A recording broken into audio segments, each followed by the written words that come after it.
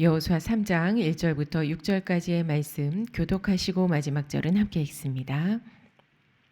또 여호수아가 아침에 일찍이 일어나서 그와 모든 이스라엘 자손들과 더불어 시팀에서 떠나 요단에 이르러 건너가기 전에 거기서 유숙하니라. 백성에게 명령하여 이르되 너희는 레위 사람 제사장들이 너희 하나님 여호와의 언약궤 매는 것을 보거든 너희가 있는 곳을 떠나 그 뒤를 따르라.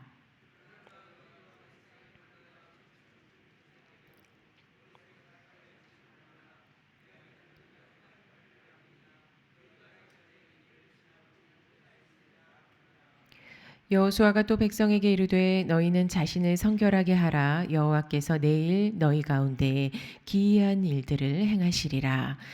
여호수아가 또 제사장들에게 말하여 이르되 언약궤를 메고 백성의 앞서 건너라 하매 곧 언약궤를 메고 백성의 앞서 나아가니라. 아멘. 오늘부터 여호수아서가 시작됩니다. 통독으로 약간 속도 있게 함께 읽다 보니까 광야 시절도 그렇고 가나안에 들어가는 이 과정이 굉장히 생동감 있게 느껴집니다. 자, 그렇게 여호수아서까지 와 보니까 정말로 이제는 가나안에 들어가기 직전의 상황입니다. 이 시점에서 이런 생각이 들었습니다. 여호수아서의 제목은 여호수아라는 인물, 이 수장의 이름을 성경의 제목으로 지었는데 우리가 출애굽기도 보고 창세기도 봤는데요. 그렇게 보면 출애굽기는 모세가 태어날 때부터의 일들이 아주 구체적으로 나와 있거든요. 모세라는 인물을 있는 그대로 위대하게 그렸습니다. 출애굽기는. 그럼에도 성경 권의 제목이 모세나 모세서가 아니라 출애굽기예요. 그런데 여호수아서는 당당하게 여호수아라는 이름이 권의 제목으로 되어 있죠. 인물의 영향력으로 보면 모세가 더 큰 사명을 감당한 게 사실인데 읽다 보니까 그 이유가 왜 그렇게 지었을까? 그 이유가 궁금해집니다. 오늘 본문을 함께 보시면 그 이유를 어느 정도 이해하게 되실 겁니다. 이제 가나안 땅 입성의 직전입니다. 요단강이 바로 눈앞에 있는데 이 강을 건너면 가나안의 문을 걸어서 통과하는 것과도 같다고 볼 수 있습니다. 자, 이것은 성경의 내용을 알고 있기 때문에 이렇게 말할 수 있는 거죠. 지금 현실만 보면 강을 건너도 주변에는 공격할 만한 여러 왕들이 포진하고 있고 또 여리고성도 막혀 있는 실정입니다. 이 요단강이 폭이 30m 폭 정도 되고 우기에는 그 우리 한강의 제일 넓은 폭 정도 나오고요. 육신의 눈으로 보면 요단강을 건넌다고 해도 또 넘어야 하는 산들이 많이 있는 겁니다. 하지만 앞으로 읽을 장들의 말씀들을 미리 보니까 요단강을 건넌 후에는 이스라엘이 싸울 필요도 없이 길 따라 걸어가기만 해도 승리하는 내용들이 나옵니다. 그렇다면 요단강은 이스라엘이 치러야 하는 마지막 싸움이라고 보면 될까?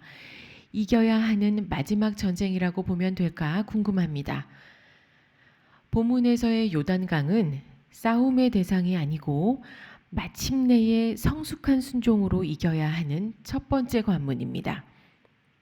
신명기 8장에 보면 마침내의 복이라고 나오죠. 마침내의 성숙도 있습니다. 그게 오늘 본문의 요단강 도하입니다.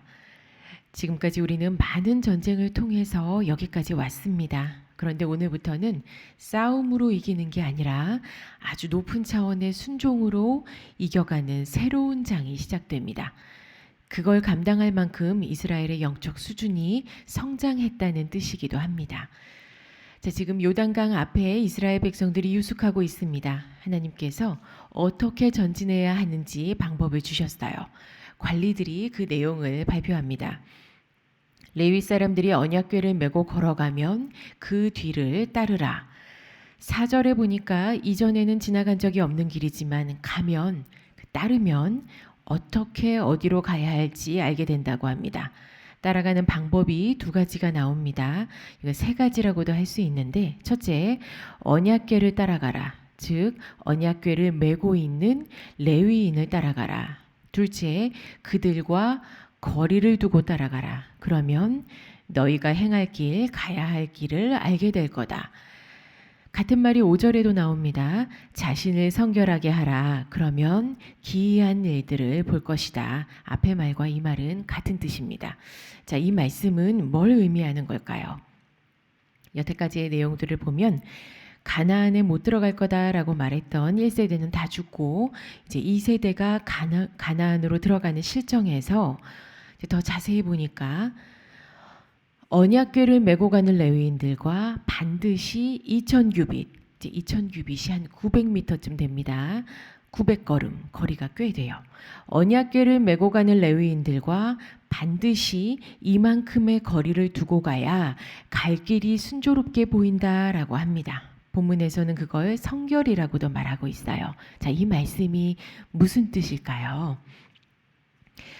언약궤를 따라가고 언약궤를 메고 가는 사람들과 900걸음만큼의 거리를 두라는 것은 하나님의 말씀에 대해서 우리 입술을 지켜야 하는 것과 그리고 말씀을 메고 가는 사람들에 대해서도 우리의 말을 조심해야 하는 것을 의미합니다.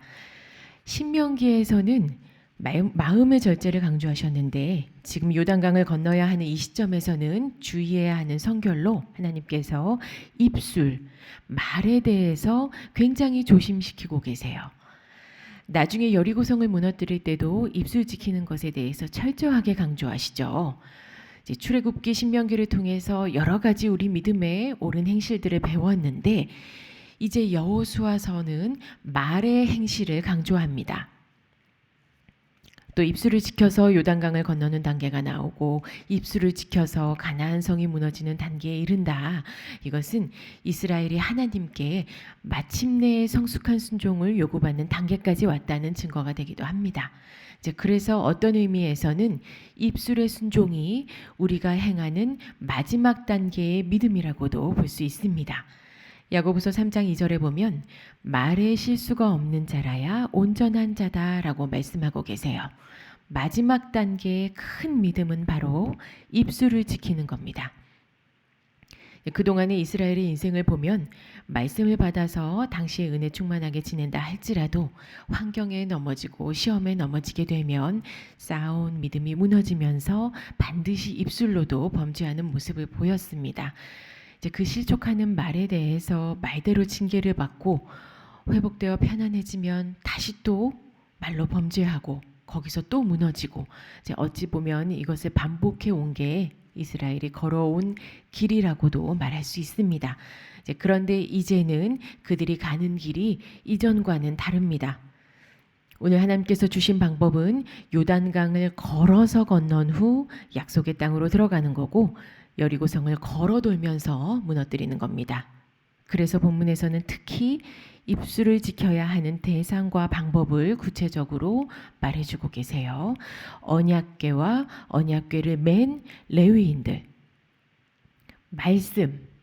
말씀이신 하나님, 하나님의 언약, 그리고 그 살아있는 언약을 메고 가는, 즉 말씀 전하는 사람들. 오늘 본문은 특별히 입술로 죄짓지 말아야 하는 대상들을 명확하게 지목하고 있습니다. 우리가 말씀을 대할 때 주어진 말씀이 지금 나에게 적절한지를 생각해 보면 어느 때는 그런 것 같기도 하고 또 어느 때 보면 아닌 것 같기도 합니다. 가나안을 바라보던 이스라엘의 심정이 이렇습니다. 그래서 상황에 따라 말씀을 갈급하게 붙잡기도 하지만 그렇지 못할 때는 불순종할 때도 있죠. 그런데 지금 받는 말씀들이 내 상황에 적절한 건가에 대한 의심과 불신의 말은 반드시 삼가해야 합니다. 왜냐하면 3절과 4절 언약궤는 우리보다 앞서가고 있고 그 언약궤를 따라갈 때 비로소 우리가 행할 길을 알게 된다라고 말씀하시기 때문이에요. 또 그 말씀을 전하는 전달자가 온전한가, 전달자 또한 그 언약을 얼마만큼 신뢰하면서 전하고 있는가, 어느 때는 그런 것 같기도 하지만 또 어느 때 보면 아닌 것 같은데 이제 이런 것에 대한 의심과 불신의 말 또한 삼가해야 합니다. 선포되는 말씀의 주체가 하나님이시라는 걸 확신한다면 전달자에 대한 부분 또한 우리가 판단하면 안 된다는 것에도 확신을 가지셔야 돼요. 말씀 앞에서 전달자와 성도의 권위가 달라서 그런 걸까요? 아니면 각자의 역할이 달라서 그런 걸까요? 아니에요. 둘 다 아닙니다. 우리에게 말씀의 전달자를 세워놓으셨지만 말씀을 아멘으로 받는 건 전적으로 하나님과 나와의 관계 가운데에서 이루어지기 때문입니다. 말씀하시는 분이 하나님이시기 때문에 그렇다는 거예요. 전달자건 듣는 자건 그 어떤 사람도 말씀이라는 영역 안에는 들어갈 수가 없어요. 말씀은 하나님이시고 우리는 사람이기 때문입니다. 영역이 다르고 권위가 다르다는 건 하나님과 사람 사이의 영역과 권위가 다른 거지, 전달자와 듣는 자의 차이를 설명하면서 누가 우위냐를 셈해보는 게 아닙니다. 그래서 전달자의 말씀에 우리는 믿음만으로 온전히 아멘할 수 있는 거고, 또 하나님은 말씀을 앞서가게 하셔야 되니까 순종해야 한다, 입술 지켜야 한다, 명령하실 수 있는 거예요. 이제 마지막 단계입니다. 요단강 건너 주변은 하나님께서 이미 잠잠하게 해놓으셨고, 여리고성은 싸우지 않고 입술 지켜 걸으면 무너지게 해놓으셨어요. 싸움은 하나님께서 이미 끝내놓으셨습니다. 우리는 오늘 받은 이 말씀을 잘 지키고 내일 담대하게 요단강 건너면 돼요. 마지막 단계의 이 말에 대한 명령은 이스라엘이 이제 이 정도의 믿음으로 올라섰다는 뜻입니다. 근데 전에는 그러지 못했어요. 신명기 1장 30절에도 너희보다 먼저 가시는 하나님이 나옵니다. 예전에도 항상 말씀은 앞에 있었습니다. 그럼에도 두려워하고 그래서 두려운 죄를 짓던 우리였지만 이제는 그렇지 않습니다.